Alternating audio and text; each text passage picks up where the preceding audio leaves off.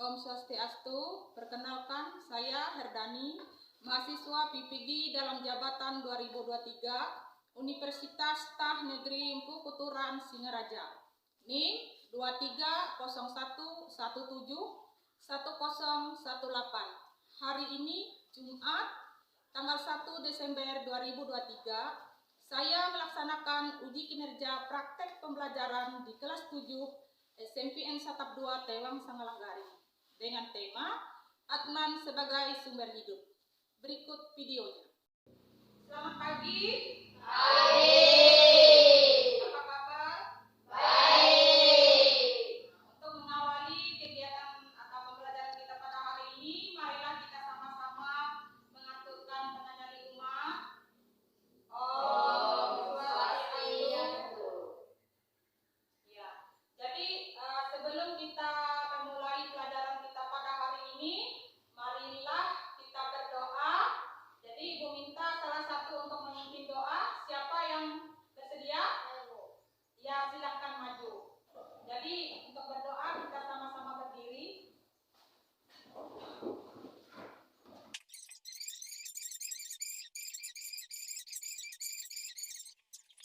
Selanjutnya absen ya. Tapi Ibu lihat kalian hadir semua hari ini 5 orang ya. Jadi tidak perlu Ibu untuk mengabsenkan kalian satu persatu. Ya. Nah, di dalam pembelajaran kita pada hari ini, jadi tema materi kita pada hari ini yaitu tentang Atman sebagai sumber hidup, yaitu materi kita pada hari ini. Jadi ada langkah-langkah yang akan dinilai nanti oleh Ibu, ya, yaitu langkah penilaian yaitu LKPD nanti yang akan kalian kerjakan.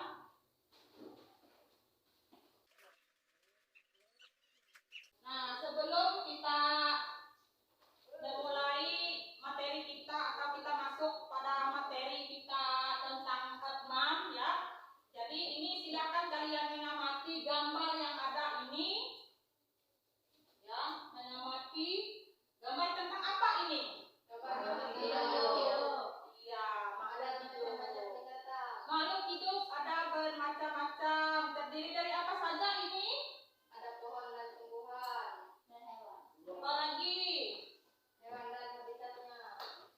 Hewan dan habitatnya. Jadi macam-macam tumbuhan, hewan dan habitatnya ya. Jadi apa kaitannya dengan materi kita yaitu tentang Atman sebagai sumber hidup?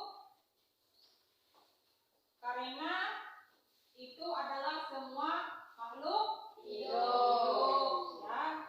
Jadi di mana manusia ya, tumbuhan, hewan dan lain sebagainya itu hidup dikarenakan oleh Atman ya. Jadi yang memberikan kehidupan untuk semua makhluk hidup itu adalah Atman. Itu kaitannya dengan materi yang akan kita bahas pada hari ini ya.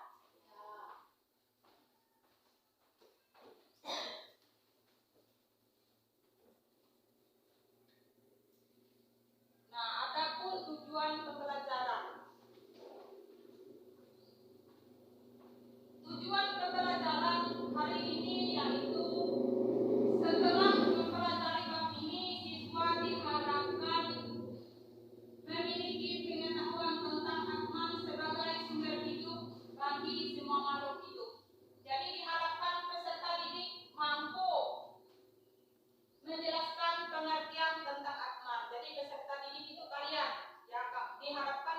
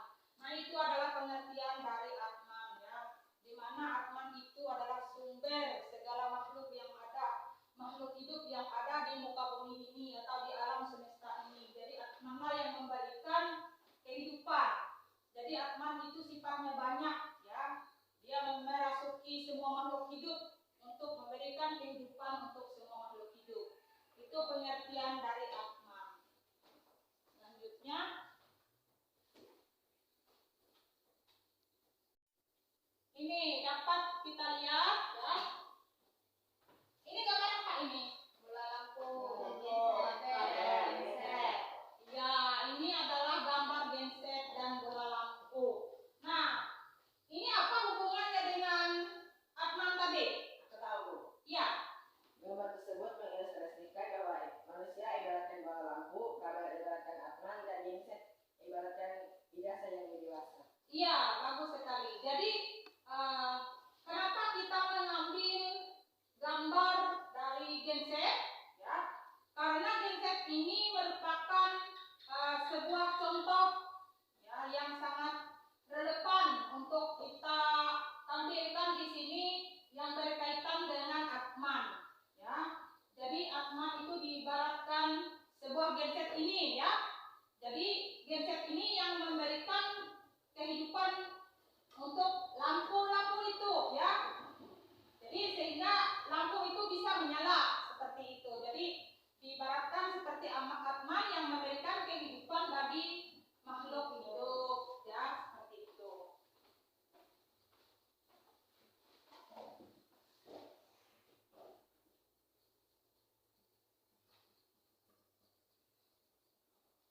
Selanjutnya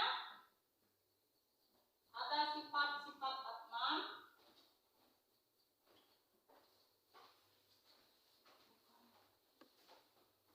Nah, di sini ada sifat-sifat Atman. Sifat Atman itu ada berapa? 12. Ada 12 sifat ya. Sifat Atman yang dimiliki oleh Atman.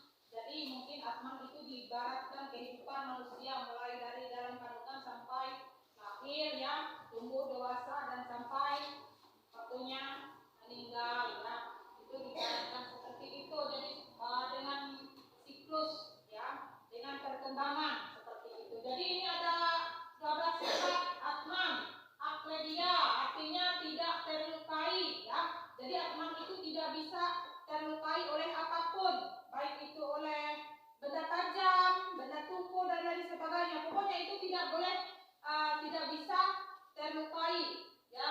Terus Akledia tidak terbakarkan oleh api ya. Terus Akledia Adahya yang tidak terbakar oleh api. Akledia artinya tidak terkeringkan. Acesya artinya tidak terbasahkan. Nitya artinya kekal abadi. Sarwagata artinya di mana-mana ada. Stanu artinya tidak berpindah-pindah. Acala artinya tidak bergerak. Sanatana artinya selalu sama. Awiyaka artinya tidak dilahirkan. Acintya artinya tidak dapat dibayangkan. Awikara artinya tidak berubah dan sempurna. Nah, inilah 12 sifat Atman ya, yang ada seperti itu. Jadi sifat Atman itu yang sifatnya tidak bisa kita pegang, tidak bisa kita apa lagi selain tidak bisa kita pegang, tidak bisa kita lihat, tidak bisa kita sentuh ya, tetapi bisa kita rasakan. Nah, contoh yang sesuatu yang tidak bisa kita pegang tapi kita bisa rasakan itu seperti apa sifat Atman itu? Contohnya air, angin, api, apa lagi? Nah, jadi sifat Atman itu yang bisa kita rasakan tapi tidak bisa kita pegang itu seperti angin. Angin itu kita merasakan adanya dingin ya, kayak hembusan angin gitu. Mau kita pegang kita tidak bisa memegangnya.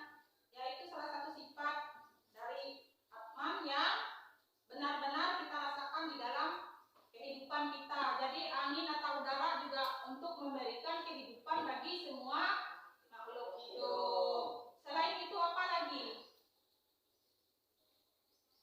Cahayanya matahari dan bulan ya. Itu bisa kita rasakan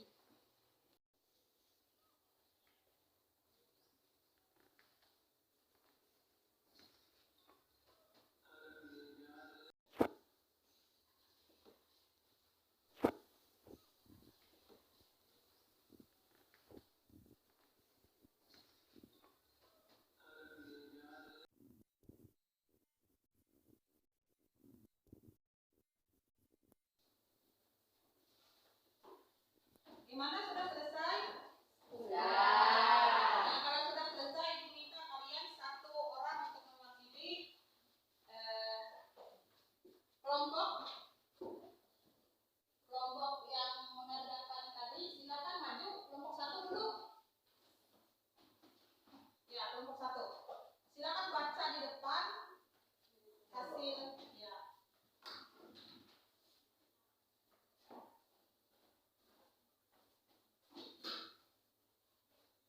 Pertanyaan, bersihkan terkecil dari Brahman. Jawaban A, Atman. Atman memiliki sifat tidak terlukai oleh senjata apapun. Jawaban C, Acodaya. Atman memiliki sifat tidak terlukai oleh api. B, Adahya. Atman memiliki sifat tidak tergerakkan oleh angin. D, Akelya. Atman memiliki sifat tidak bergerak. E, Acam. Ya. Selanjutnya kelompok 2.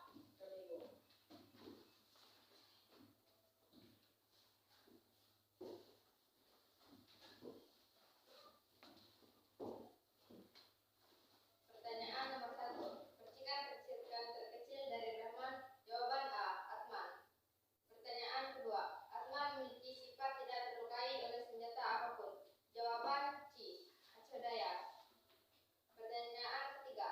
Atman memiliki sifat tidak terbakar oleh api. Jawaban B, Adahya. Pertanyaan keempat. Atman memiliki sifat tidak terkeringi oleh angin. Jawaban D, Apredia. Pertanyaan kelima. Atman memiliki sifat tidak bergerak. Jawaban E, Acela.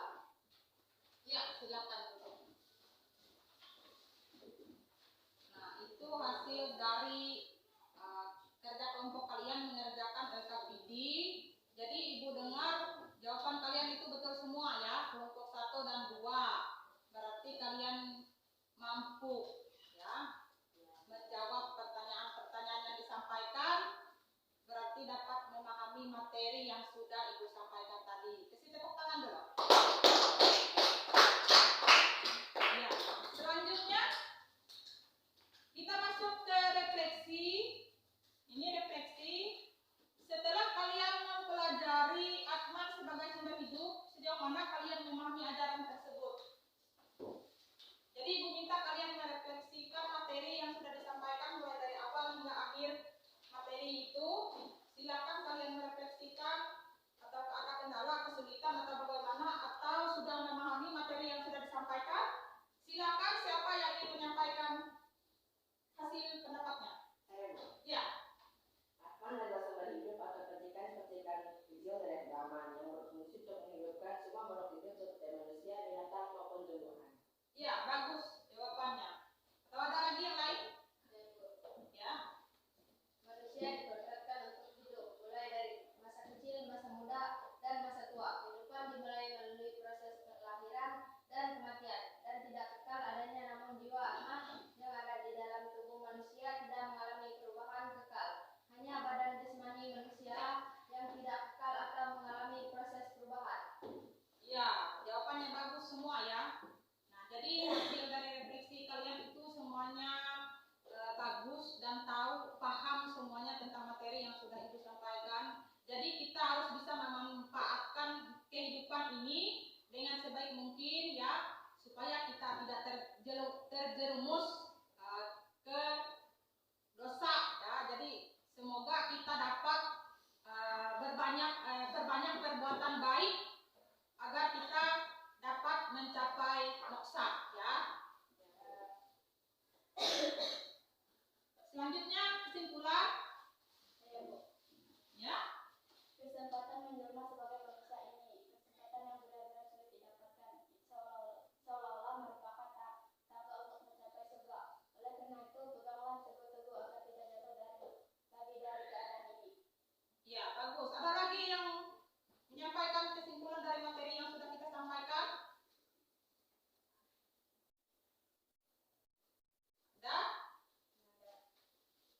Tidak ada? Nah, itulah kesimpulan dalam materi kita pada hari ini, yaitu